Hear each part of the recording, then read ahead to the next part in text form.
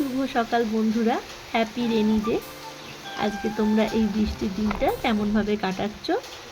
আজ আমি আর আমার গোপাল সোনা কীভাবে আজকে দিনটা কাটাই, চলো আজকে একটা ভিডিওর মাধ্যমে তোমাদের সাথে শেয়ার করব। তোমরা পুরো ভিডিওটা আমাদের সাথে দেখতে থাকো। দেখো, সকাল হয়ে গেছে। আমি আমার গোপু সোনাকে আর গণেশ সোনাকে আদর করে ঘুম থেকে তুলে দিচ্ছি। ছোট বাচ্চাদের যেমন ঘুম থেকে তোলার আগে ওদেরকে একটু আদর করে ঘুম থেকে উঠিয়ে বসাতে হয় ভুলিয়ে ভালিয়ে, আমি ঠিক সেইভাবেই ওকে আদর করে একটু ঘুম থেকে তুলে নিচ্ছি।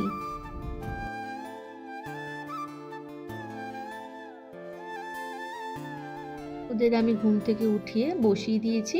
এবার ওদের মুখটাকে আমি একটু জল দিয়ে ধুয়ে দেব। বাইরে বৃষ্টি হচ্ছে দেখে ওদের এখন বায়না ওরা বৃষ্টিতে ভিজবে, তাই আমি ওদের দুজনকে একটা ছাতা নিয়ে আমি ওদেরকে ছাদে নিয়ে এসেছি। দেখো, ওরা বৃষ্টির জলে চান করতে করতে কত মজা পাচ্ছে। ছোট বাচ্চারা কিন্তু বৃষ্টির জল আর এমনি জলে খেলতে ভীষণ মজা পায়।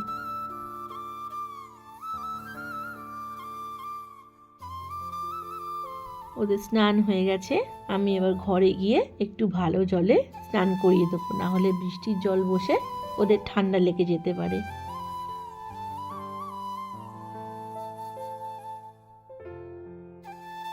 স্নান করানো হয়ে গেছে। এবার গাটা মুছিয়ে ওদের আমি শুকনো জামা কাপড় পরিয়ে দিচ্ছি। ওর প্রিয় বাঁশি ওর সামনে আমি দিয়ে দিলাম। এরপর আমি ফুল দিয়ে সুন্দর করে ওকে সাজিয়ে দেব।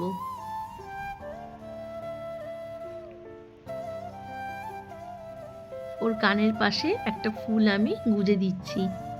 দেখো, আমার গোপু সোনাকে কানের পাশে ফুলটা লাগিয়ে কি মিষ্টি দেখাচ্ছে।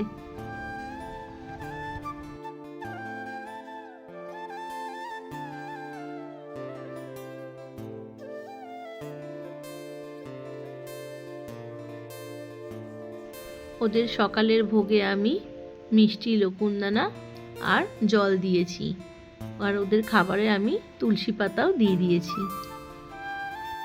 এখানে বাদবাকি ঠাকুরদেরও আমি স্নান করিয়ে নতুন জামা কাপড় পরিয়ে খেতে দিয়ে দিয়েছি। সেগুলো আর তোমাদের ভিডিওতে আমি আনিনি। চলো এবার আরতিটা করে নিই।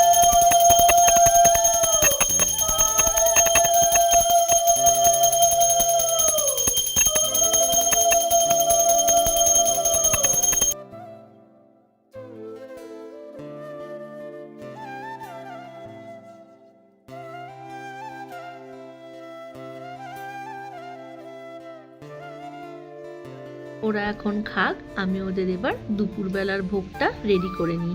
আজ ওদের দুপুরে আমি খিচুড়ি আর আলু ভাজা খেতে দেব। এই ওয়েদারে আমাদের বাড়িতেও আজকে খিচুড়ি হচ্ছে, তাই ভাবলাম আজকে দুপুরের ভোগে ওদেরকেও আমি খিচুড়ি ভোগই দেব। তোমাদের যাদের যাদের বাড়িতে গোপাল আছে তারা হয়তো খুব ভালো করে জানো, গোপালের যেটা ইচ্ছা হয় গোপাল কিন্তু তোমাকে দিয়ে সেটা ঠিকই করিয়ে নেয়। আলুটা কাটা হয়ে গেছে। আমি সাদা তেলে আলুগুলোকে এবার ভেজে নেব।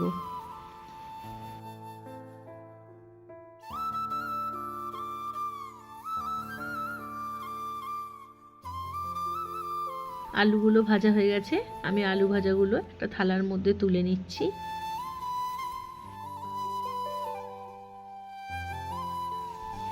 এবার একটা বাটির মধ্যে আমি চাল আর ডালটাকে খুব ভালো করে ধুয়ে নিচ্ছি। একদম অল্প পরিমাণে, ওদের মতনই আমি করছি, তাই জন্য একদম অল্প অল্প করেই নিয়েছি। ভালো করে ধোয়া হয়ে গেছে। এবার জলটা ফেলে দিয়ে ওর মধ্যে একটু হলুদ গুঁড়ো, একটু সন্দক লবণ, একটা কাঁচা লঙ্কা আর একটু তেল দিয়ে ভালো করে মাখিয়ে নিচ্ছি।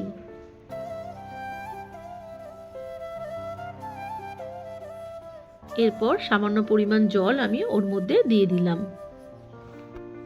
আমি ইন্ডাকশান ওভেনে রান্না করব। ইন্ডাকশান ওভেনে রান্না করার মতো ঠাকুরের বাসন আমার সেরকম নেই বলে আমি স্টিলের বাটিটাতেই রান্না করছি। এর মধ্যে সামান্য পরিমাণ সর্ষের তেল দিয়ে একটু ছোট ছোট করে আদা কুচিয়ে দিয়ে আদাটাকে ভেজে নিয়েছি। তারপর ওই চাল আর ডালটাকে দিয়ে একটু সামান্য জল দিয়ে দিয়েছি, আর দিয়ে দিয়েছি সামান্য পরিমাণ আরেকটু লবণ। ঠাকুরের ভোগে কিন্তু খুব একটা বেশি মশলা দেওয়ার প্রয়োজন পড়ে না। যেরম সেরম করে রান্না করলেও কিন্তু খাবারটা খেতে খুব সুন্দর হয়ে যায়। এটাই হয়তো ঠাকুরের মহিমা। আমার ভোগ রেডি। আমি এবার সব ঠাকুরকে এক এক করে নিবেদন করে দেব। সবকটা বাটিতে আমি খিচুড়ি ভোগ তুলে নিয়েছি, আর একটা করে আলু ভাজা আমি ওর মধ্যে দিয়ে দিচ্ছি।